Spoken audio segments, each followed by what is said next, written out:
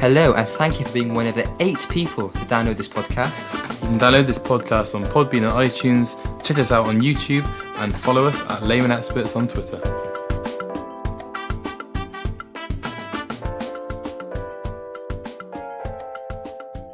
Hello, and welcome to the Layman Experts. You're joined by me, Pam Tagizada, and for the last time this season, Alistair Yeoman. Hey, how you doing? I'm good. That was a nice introduction for the final one. Yeah, I had to give it a bit of a va-va-boom. Exactly, yeah. So how do you feel about this being the last episode? It's obviously good to... Because we haven't uploaded anything right now, so it's good to get it done so we can upload. I'm quite excited to upload, on the weekend. Yeah. So it's good to finally get out there and see a reaction from our five fans. My men, your men. Yeah, my nan's be buzzing. And then also as well, it'll be interesting to move on to a new sort of area, technology. So, it'd be interesting to sort of learn about a new part of the world, or a new sector. It is, and it's a good thing we're called the Layman Experts, because when it comes to technology, even though I work in tech, I know pretty much nothing about it. So I work in APIs, for everyone. I don't really know what it means. Yeah, I don't know what it stands for. Application Programming Interface. It is as boring as it sounds. Yeah. And Alistair's more of an expert. So I'm just got more of an interest, and therefore, basically, I just read articles.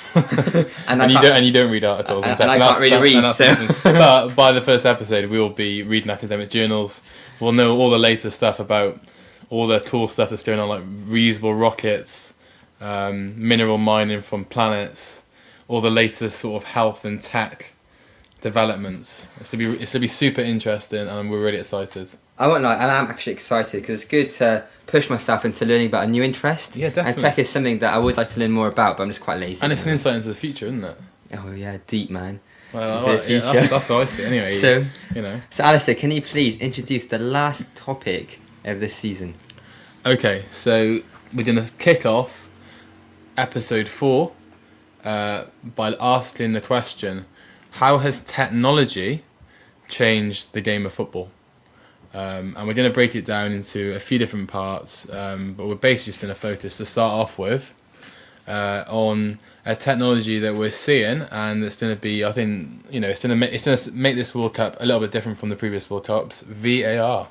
VAR. The VAR. Payam, talk to me about VAR. Dino, I'm going to actually have to ask you a question because I've done a lot of research into it. Yeah. So I'm not sure if you've done as much as I have in terms of this research. No, I haven't. So what are your initial thoughts? Okay, so I think it's... To be honest, I've not seen loads and loads of VAR in matches. I've seen it used sparingly. My impression of it, it's okay, it's good. I think there's certain reservations I have about it. But yeah, I think I was more hesitant before it got implemented, and now I've seen it. It seems to work okay, but I still have a few reservations. No, it's interesting what you say. You don't see it very often. It's only actually implemented in 1 in 3 games where they have the VAR ability. So it's not actually used very often. To be honest, it's not the way people think. What reservations do you have? I guess the first one is whether or not I like the idea of it of a sort of being. Of referees having the correct decision all the time. I like the controversy of football. I like decisions being made that aren't correct and in the moment and all this. I like that. I like the maybe I'm not in a majority when I say this, but one of the things I like about football is the drama. You sound a bit like Robbie Savage. You want to get on down the pub, have a pint with your friends. You know what it is. Yeah. It's an addiction, isn't it? That's part of the. Seeing football fans with their heads in their hands and then 5 minutes later streaming and chanting, and that's football, isn't it? You want that to be done over an incorrect decision? Well, I mean 2006 World Cup, Italy won that when Materazzi headbutted Zidane. No, when Zidane headbutted Materazzi. Sorry, yeah. Yeah. But yeah, so if VAR was in play, that he would have got sent off. Maradona, hand of God. If that was around back then, he would have got sent off. Iconic moments in football. Well, it's not going to get every single decision correct. So they did a study, Sky Sports. They showed that when VAR is not in the game, 93% of referee decisions are accurate. When it is available, 99% of decisions are accurate. So it doesn't take away subjectivity either, because we have different opinions of what is a penalty. Yeah. A good example is, you know, the Benatia foul on, I think it was Lucas Vazquez in the quarter-final of the Champions League. Right. Some people think it's a penalty, some people think it isn't. Yeah. Is that enough contact? Maybe. Yeah. You know? So I don't think it's going to take away the subjectivity and the debate from the game. So just so we're clear, when is VAR used at the moment? So it's not for every decision, right? No, it's for penalties, mistaken identity. We all remember Kieran Gibbs, the Ox. And when it's like when the goal, like related to a goal, and a straight red card. Okay. So it's only for those 4 big decisions where it's going to have a massive influence on the game. Yeah. A tackle on the halfway line, which is going to be a yellow card. The referee's not going to go to the video assistant referee. Okay. I saw as well actually. I'm a bit concerned about this. You know, concerned. I know. A bit worried. Don't muddle your finger at me. Yeah, I know. I'm concerned, and I think that I was concerned before VAR came in. So it's just that natural, you know, human emotion doesn't like change. Mm-hmm. But I've read that in the World Cup, VAR is going to be able to retrospectively award red cards.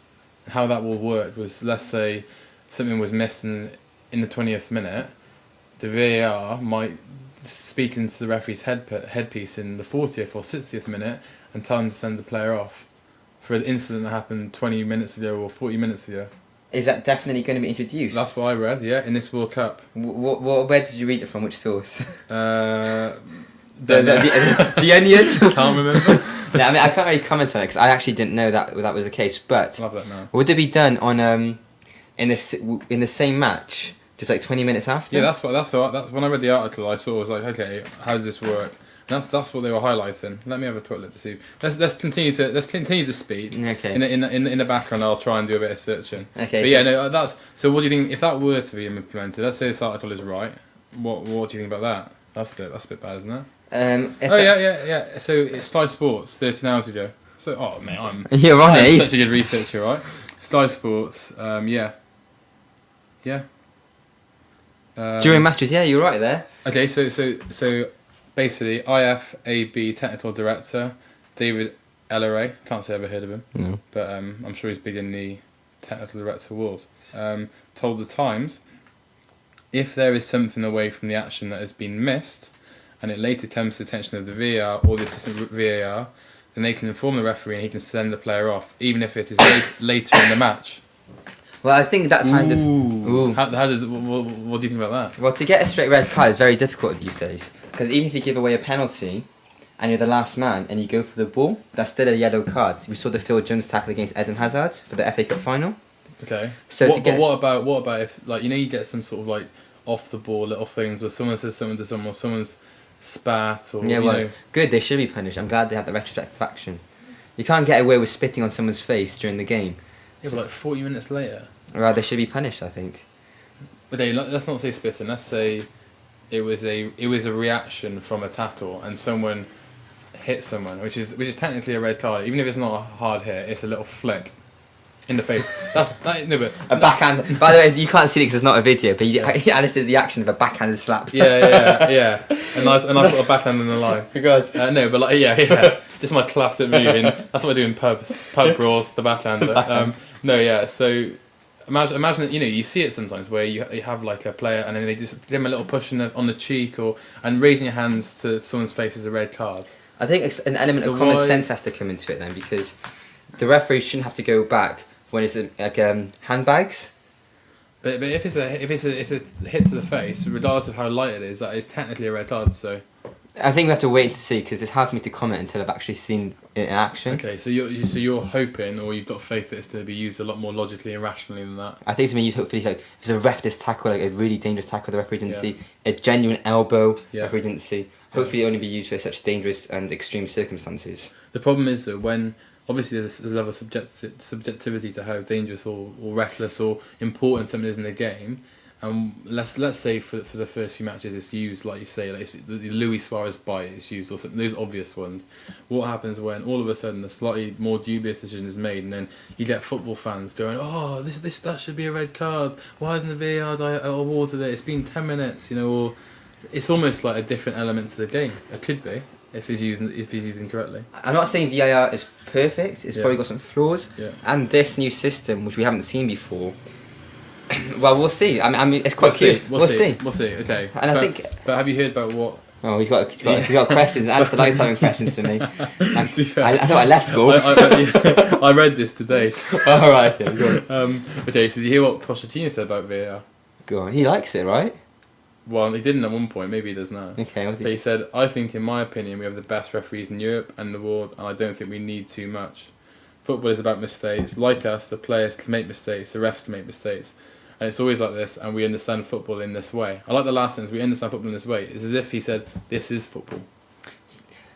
Mistakes, controversy, drama. You know, the villain, the good guy. The villain sometimes." Winning the trophy. Like the hand of God. Yeah. The thing is, everyone's got their own opinion. I'm not going to deny that you have valid points. I just think it's such a shame for a big match to be decided on an incorrect decision. Yeah, I agree with that actually. So let's say, goal line technology, we'll all come to terms with that is a good idea. And I think that, a clear-cut penalty, or maybe somebody has dived to win an FA Cup final or a World Cup final, that's something I don't want to see. Yeah. And I think that VAR is actually, it is really good. I mean, what other problems do you think people have with VAR? To be honest, my main concern was just like I personally like controversy. Maybe that's the small Italian gene inside me. that loves the push, the off the ball shove, the elbow, exactly. The drama, the being that saying swear words. But yeah, I guess one of the common concerns was about it slowing down the game. It wasn't my concern, but I think that's one of them, right? It is, but the average time a match loses when VAR is used is only 55 seconds. And for the whole match? For the whole match. Oh, wow. And to give you a context, free kicks eats up 8 minutes and 51 seconds of a match. Throw-ins, 7 minutes. Goal kicks, nearly 6 minutes. So VAR is just a small dent on the game compared to the other things that we're just used to. Okay. So that's not a problem. What about the way that VAR is sort of viewed to the stadium? So at the moment, obviously, the referee goes to a small screen. He has an option to go to a small screen. Okay. So if he feels that he needs to have a special review himself, he's spoken to the video assistant referee. And they're having a discussion about it, and they can't come to a conclusion. He'll go to the side of the pitch, look at the small screen, and analyse it himself. But it won't be on the big screen. But I was going to say that. So that's very different to rugby, right? Where you get the big screen. I mean, obviously, football fans and rugby fans conduct themselves slightly differently. Do you think it should be on the big screen, or do you think it shouldn't be on the big screen? No, because I don't trust football fans, to be honest. There's no wrestling for the whole game. Yeah, I don't trust it. They could go mental. I mean, football fans, we're very we're quite sensible, but I think it's some football fans. The coin throwing, the nasty swearing they might do. Yeah, I'm a very sensitive boy, I think I suppose referees get enough stick anyway. Yeah. And you don't want to have a referee scared to bring up the VAR. Exactly. So yeah, okay, fair point. So your conclusion of VAR is it's still not sold? Well, to be honest, I really enjoy football as it is at the moment. But I take your point. I think if it's a World Cup, it's horrible to see a player. It's horrible to see Mo Salah get injured in that way. When obviously Ramos is a brilliant player, brilliant winner. He'd love to have me a team, but he is also a master at the sort of foul, disguising the foul. So it was sad to see him leave the pitch, and I think that if you're right, if it's a completely stinker of a decision in the final of a World Cup and someone's missed out on a winner's medal, or that circumstance, that's brutally unfair. So I sort of take the point that if it's used to iron out the real howlers, it's probably the best way to use it. But if it's used too much, it would subtract from the game. It won't be used too much. It won't, because football doesn't lend itself to that like rugby or cricket where you can it's a stop-starty game. So hopefully it will be used in the right way. Okay. And fingers crossed for VAR. Okay, yeah. Yes, fingers crossed for VAR. We're optimistic. Be interesting to see how the red card system is used in the World Cup, like the respective red card. Retrospective. Yeah. Right, you got the words out. Retrospective. I tried to say it, but I didn't. I had 2 attempts, and I wasn't going to try it a third time. Yeah. So, okay, cool. Well, that's VAR. What about big data? We're in a lot of people in different industries talk the data age now. Yeah.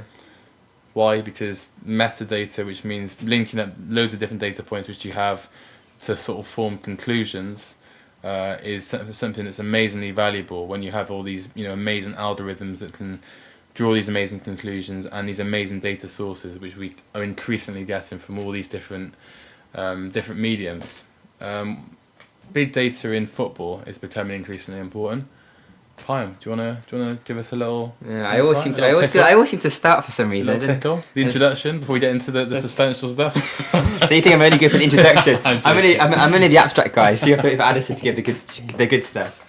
Just tickle us. The tickler. Tickle us. Yeah, I was just interested. So I was reading about how teams can gain the edge by using big data. Yeah. And a good example is Germany. So you explained in one of the last podcasts. World Cup one. The World Cup one. Watch that one, guys, as well. Or listen. Don't watch it, yeah. Yeah, listen to it. Yeah, it's just a thumbnail. You don't watch that. You explained how the German players got an app on their phone to analyse their performance against their opponents, etc. Yeah.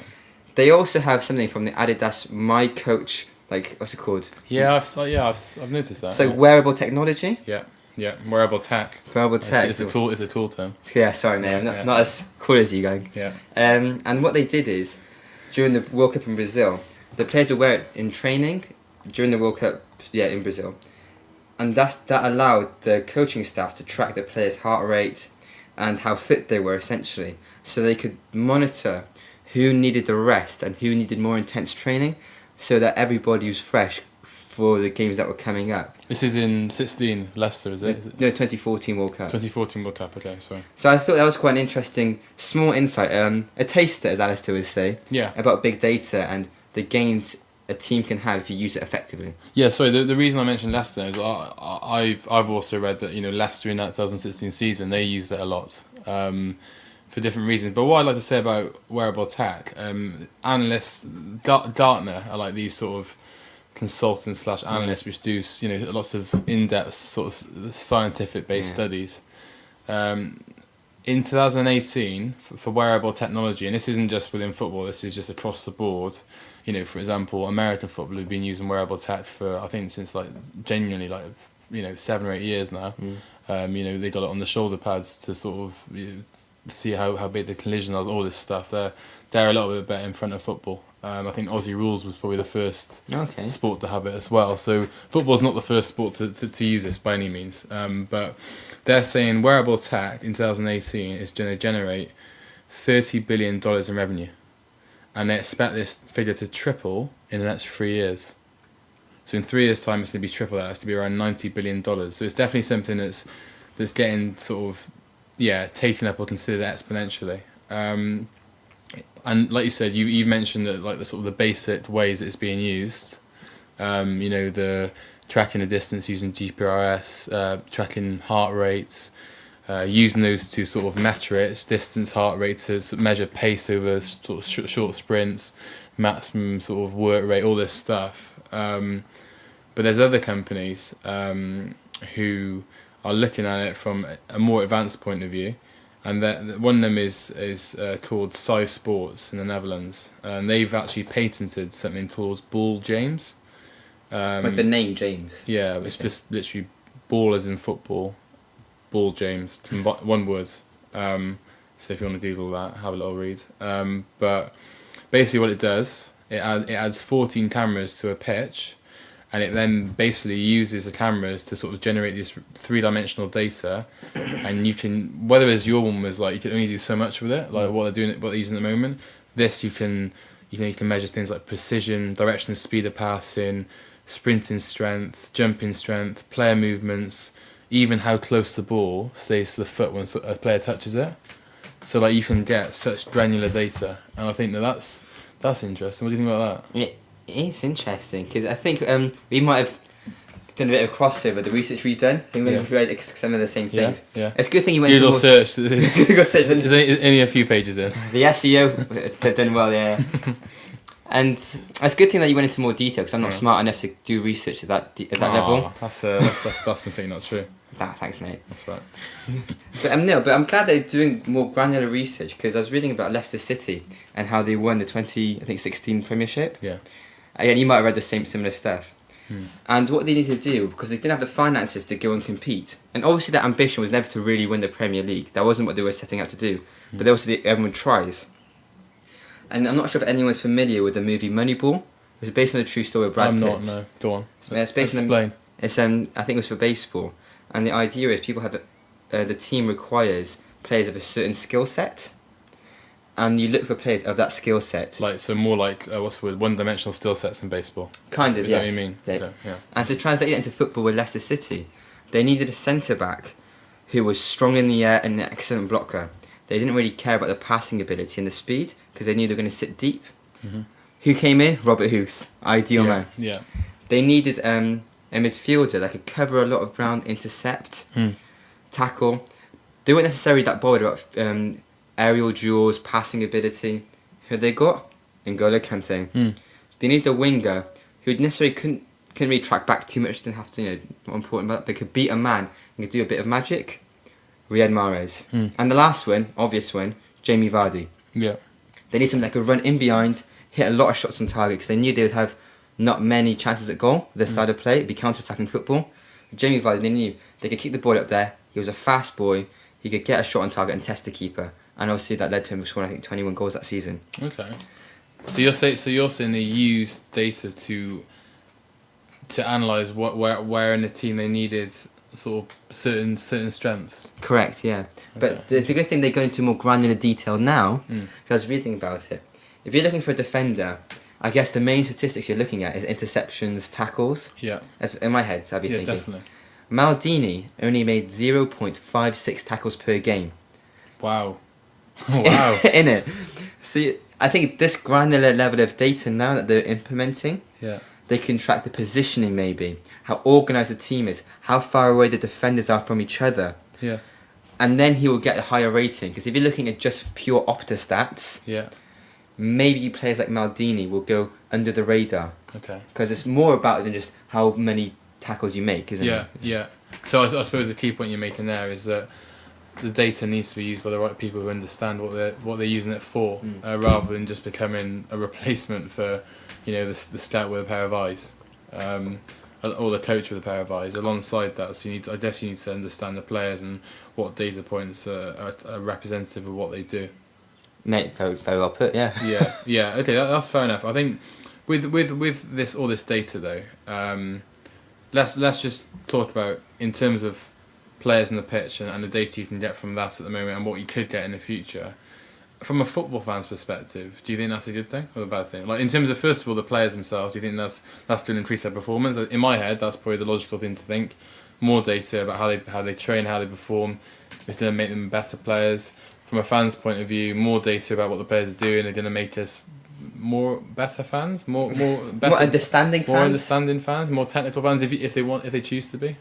I think for the fans' perspective, not so much, because apparently Özil runs more than Sanchez in a game. Really? Yeah, but nobody thinks about it, do they? It's a well-known stat actually.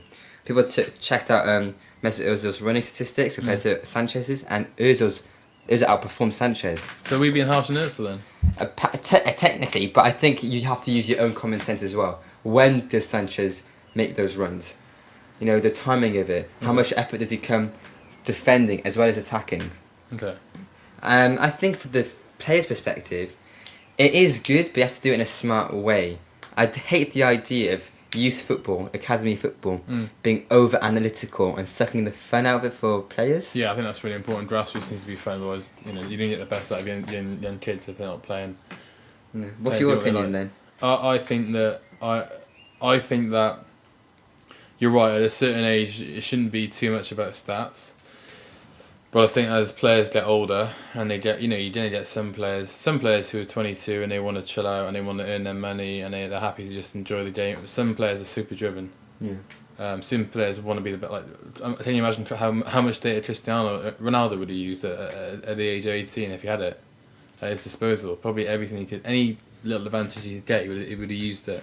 So I think that, and then again, if some players are using it, then maybe other players get left behind without using it. So maybe this is going to be a new direction that the game goes in, just because the best players will use it. But I suppose at the same time, it depends how they use it. Do you remember that Nike advert in 2014 World Cup where it was an animated one, and they had all these superstars of football, and they were cloned by machines or something. Yeah. And I hate the idea of this, lower risk football, very data, very scrutinised information that they can have to suck the enjoyment out of the game, and they do the safe option every time. You want to make sure football is still a bit of an art. Yeah, it is I definitely agree it's an art. Yeah. Well, you see certain players who make it an art. It's proof, right? Yeah, like Messi, Ronaldinho. I imagine that if Neymar and Ronaldinho had stats shoved down their face at a young age. Yeah, no, I agree with that. But at the same time, like one of the things they say about Ronaldo is that Ferguson made him more efficient. And I remember Ronaldo when he was, first came to Man United and he was doing all the tricks. Scrawny 18-year-old boy, remember that? But doing loads of tricks, which I actually quite liked. but then he became a winner, and now he's much more direct and all this stuff. Didn't become a winner. He became an efficient use of his talent. Yeah. Whereas before, maybe he was, in Ferguson's opinion, not as efficient. Yeah, I don't know. Maybe you can make players better using this data. But I suppose you're right. It depends how it's used. Okay, but what about when they use data outside of the players, but to actually get players? So have you heard about players to get players? Sorry. So teams use data in order to sign players, transfers. Players, so like you touched on it with Leicester. Mm-hmm. Did you hear about Memphis Depay? What happened there? I know he's a bit of a bad boy.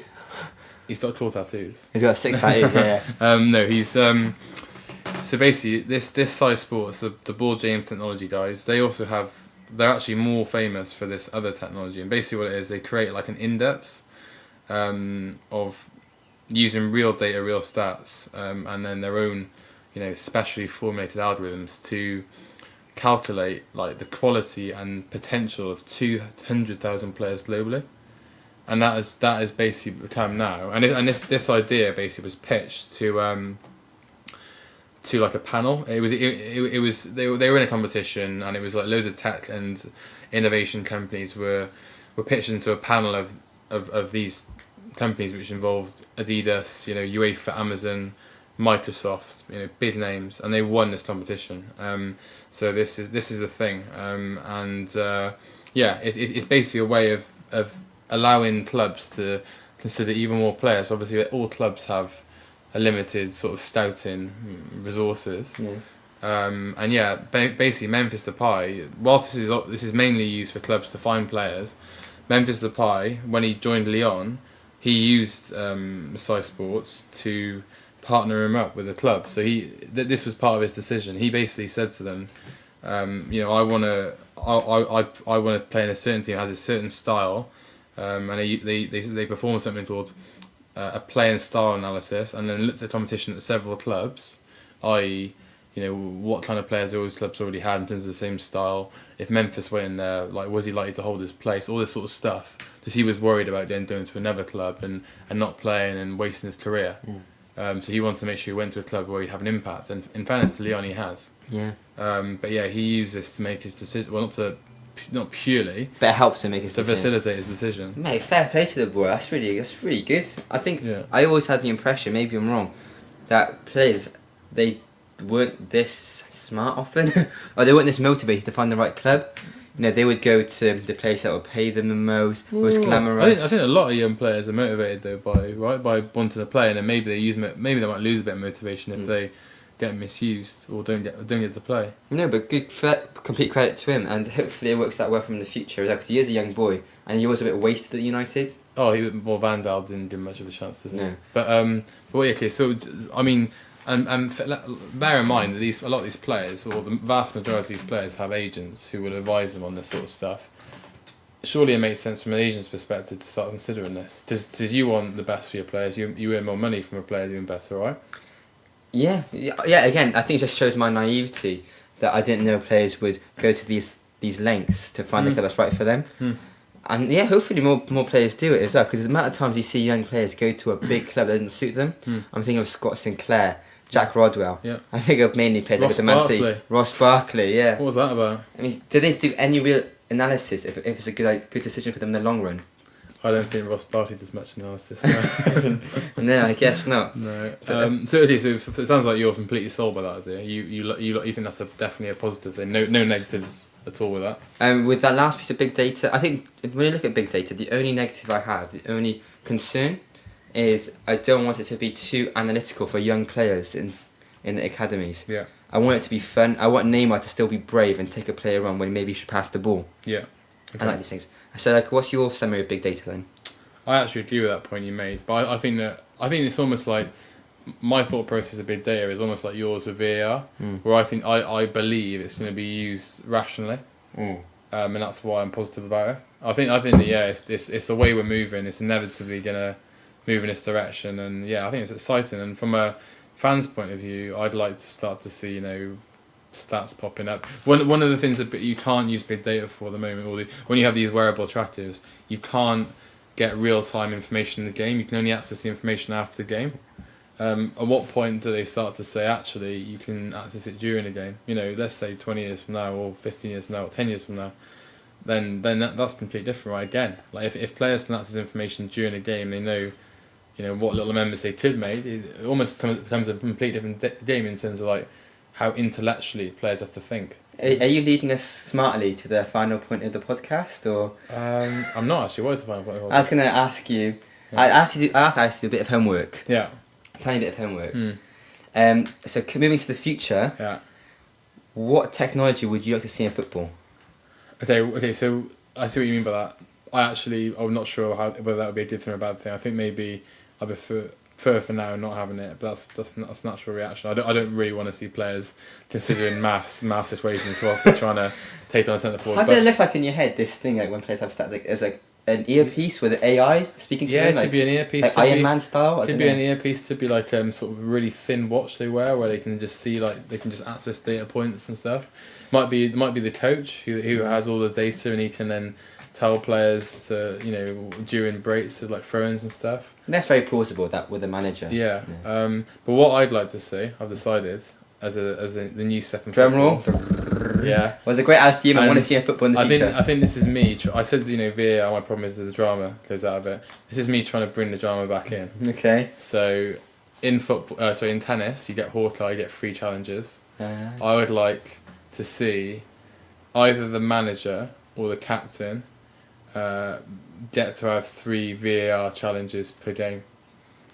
And that's it, and you don't need any more, it's free, and then you either get it right or you get it wrong. Okay, can I scrutinise it at all? Can I ask questions about it? Go for it. So let's say I can't say I thought about it that much, but go on, I'll try and answer them. Yeah. Okay, let's say you and I are on the same team. Yeah. You're the captain, centre back, hard man. Yeah. I'm the flair player, creative. People love me, the handsome one. Yeah, realistic. Yeah. And scoring a lot of goals, getting the girls, champagne lifestyle, exactly. Nike making you custom-made boots, all that. All that. Yeah, I've got my own hashtag. Yeah. But I'm a bit of a diver. I'm a bit of a moaner. Yeah. And I'm through on goal. Somebody didn't get the ball, and I dived over their leg. Or you think I dived over their leg, but I'm like, Alistair, like, no, I was fouled. Love what this is doing. Yeah. So who makes the decision? How does it work? So I'm assuming in this circumstance the captain is the centre back. Yeah, you're the captain. You're the centre back. Okay. So what would happen, right, is this is obviously the first time that this new thing has come into play, and you dive and I do referee. That's a penalty, and they trouble and they go, oh no, it's a yellow card. He's on me and he gets sent off. Okay, so worst case scenario happens.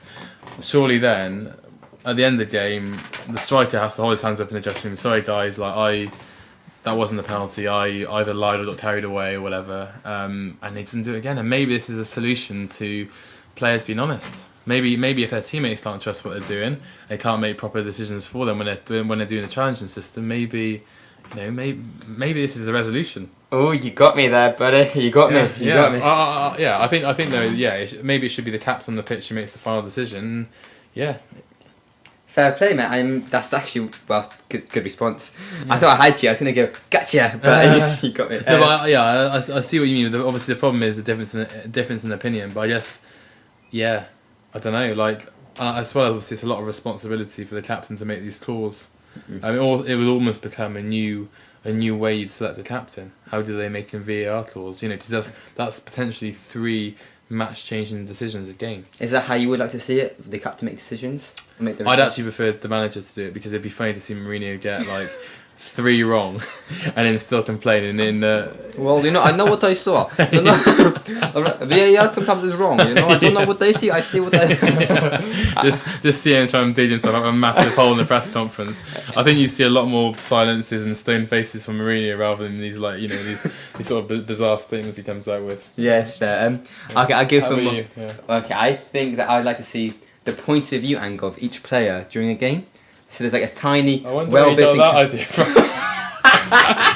The POV. I don't know what you're talking about. I think it'd be quite cool to see moving on quickly.